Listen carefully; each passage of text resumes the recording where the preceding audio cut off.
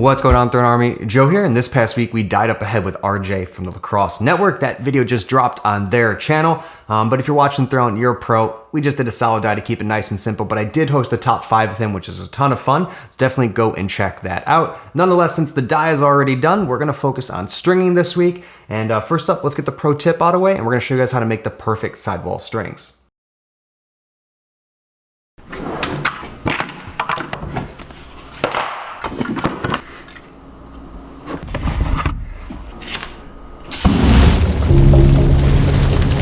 Of course, for this, we're going to be using the Fiber 2 system. And first up, you need to measure out your string. So we use a little kind of cheat here, and we use the top of our fingers to our sternum, and that gives us roughly a 32-inch long string. We're around 5'10", 5'11". So if you're around there, you could probably use that. If you're not, definitely just figure out something what's from your fingertip to something else on your body that's 32 inches, and you'll be good to go. Once you have your length, you just want to tip one end of the string. Fiber 2 doesn't really burn as much as it melts because it's this crazy strong, lightweight material. So you just want to keep the flame out a little bit longer until it melts and close that one end off.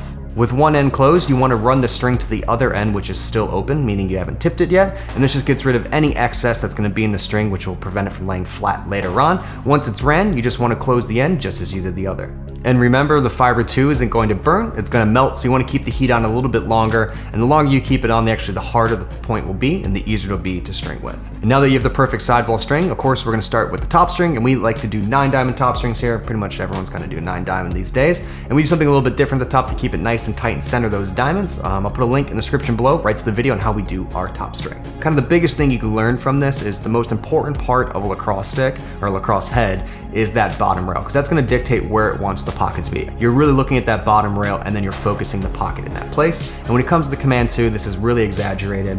They have a really unique bottom rail, so I think this is kind of the best head to explain this theory. The first section we're going to be stringing is the ramp of the head, and that is actually where the ball exits the stick, so that's kind of from the middle to the top of the scoop. Again, it's different where that bottom rail is placed. On the Command 2, it's very defined. And the reason we want to stretch it over this ramp is because it'll make the stick channel more consistently, giving you better accuracy and feel. The most part, you want to stretch 3, maybe sometimes 4 diamonds, but since we're doing kind of a mid-high, we're only stretch 3. 4 would be too much and kind of over channel the stick. The cheap and dirty rule about this is when you look at the front of the stick where the head starts to flare, you want to channel to that point. So for us, we're going to do 3 diamonds, we're going to skip 2 holes, and then we're going to skip 1 hole using those 3 diamonds, and that'll give us the perfect ramp stringing. So next up, we have the lowest part of the bottom rail, and this is where the ball is naturally going to want to sit. It's what the head designer intended it for. And in the Command 2, it's super flat, so you can really see where you want to stack those diamonds. And when we're saying stack diamonds, that means we want to use pretty much every single hole in the middle of that flat part,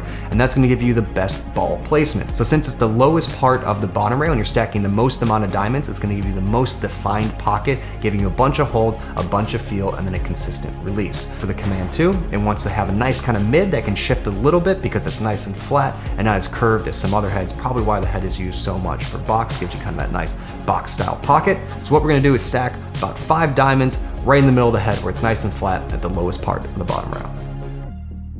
Once the 5 diamonds are stacked in the middle, we now want to keep that mid pocket nice and focused in the middle. So we're going to stretch the rest of the diamonds just as we did the top, but just not as severe. Usually you have like 2 to 3 diamonds left over, and you want to skip at least 2 holes and then tie off in the bottom to make sure the pocket can also shift a little bit lower if needed, but also you want it to be focused in the middle. With the sidewalls finished, you're going to give the pocket a nice pound and make sure it doesn't look too tortured. And actually, I think we made a mistake in this pocket, and it looks like it's a little bit too low for what the head wants to be. As you can see, the lower diamonds, are a little bit suffering to get up to the kind of that mid-high pocket. So we're actually going to bump everything up from the bottom to again focus the diamonds more in the middle, and we'll take another look at it. With those slight tweaks, you can now see that we have a perfect pocket head combination, as the focus point of the pocket is directly above the deepest part of that bottom rail. Again, this is going to give you the best hold, the best release, and really what the head is designed for. And now that we're happy with it, we're going to throw a throat in, make sure it's legal, and then throw in the shooters.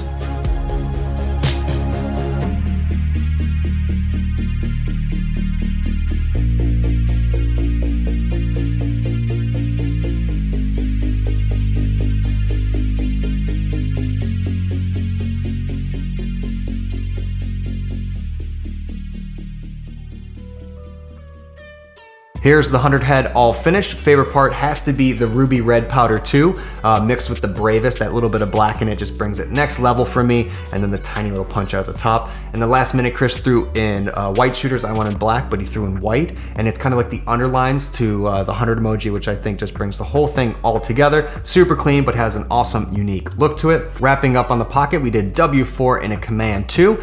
My favorite part is the face shape on the Command 2 is a little bit wider than you think it is, but you're able to get a really nice channel. And again, that is by focusing the top, by pulling down the mesh during the ramp stage, right to where the flare of the head is. Again, then stacking all the diamonds in the middle of the deepest part of the bottom rail gives you that nice focus mid. And then again, stretching a little bit towards the bottom keeps it nice and focused. Absolutely gorgeous. Stick turned out awesome. And for all of you still here, first off, thank you very much. Second, we have a secret giveaway for you on our Instagram page that is @ThrownLacrosse, and we're gonna be giving away this head. So look for the photo of this head on our Instagram and our comments, so that like the caption on the photo will have all the info on what you need to do to be entered to win. That is everything. If you need powder 2 or anything cool supplies, definitely check out thrownlacrosse.com. And always let me know what you think about the new custom in the comments below.